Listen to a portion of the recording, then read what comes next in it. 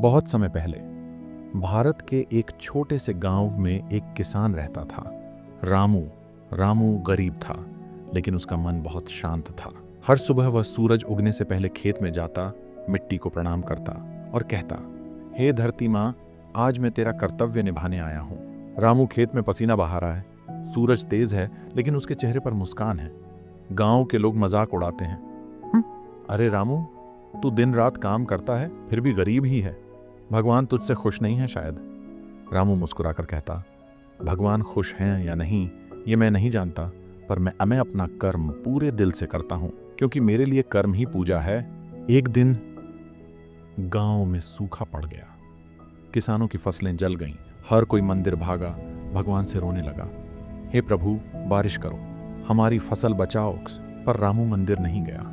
वह अपने खेत में ही खड़ा रहा, फटी मिट्टी को देखता रहा और फिर अपने कंधे पर हल उठाकर बोला, ईश्वर ने जो दिया वो उनका निर्णय है, पर मेरा धर्म है कर्म करते रहना। चाहे बारिश हो या ना हो, मैं रुकूंगा नहीं। कुछ दिन बाद आसमान में बादल छाए, बिजली कड़की और जोरदार बारिश शुरू हो गई। गांव के सारे खेतों में पानी भर गया, लेकिन केवल एक खेत में पौधे हरे थे।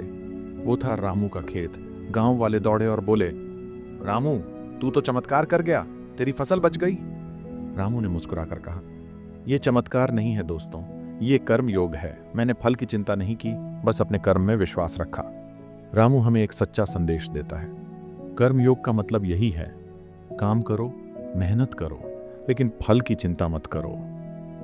भगवान हर उस इंसान की मदद करता है जो अपने कर्म से प्रेम करता है।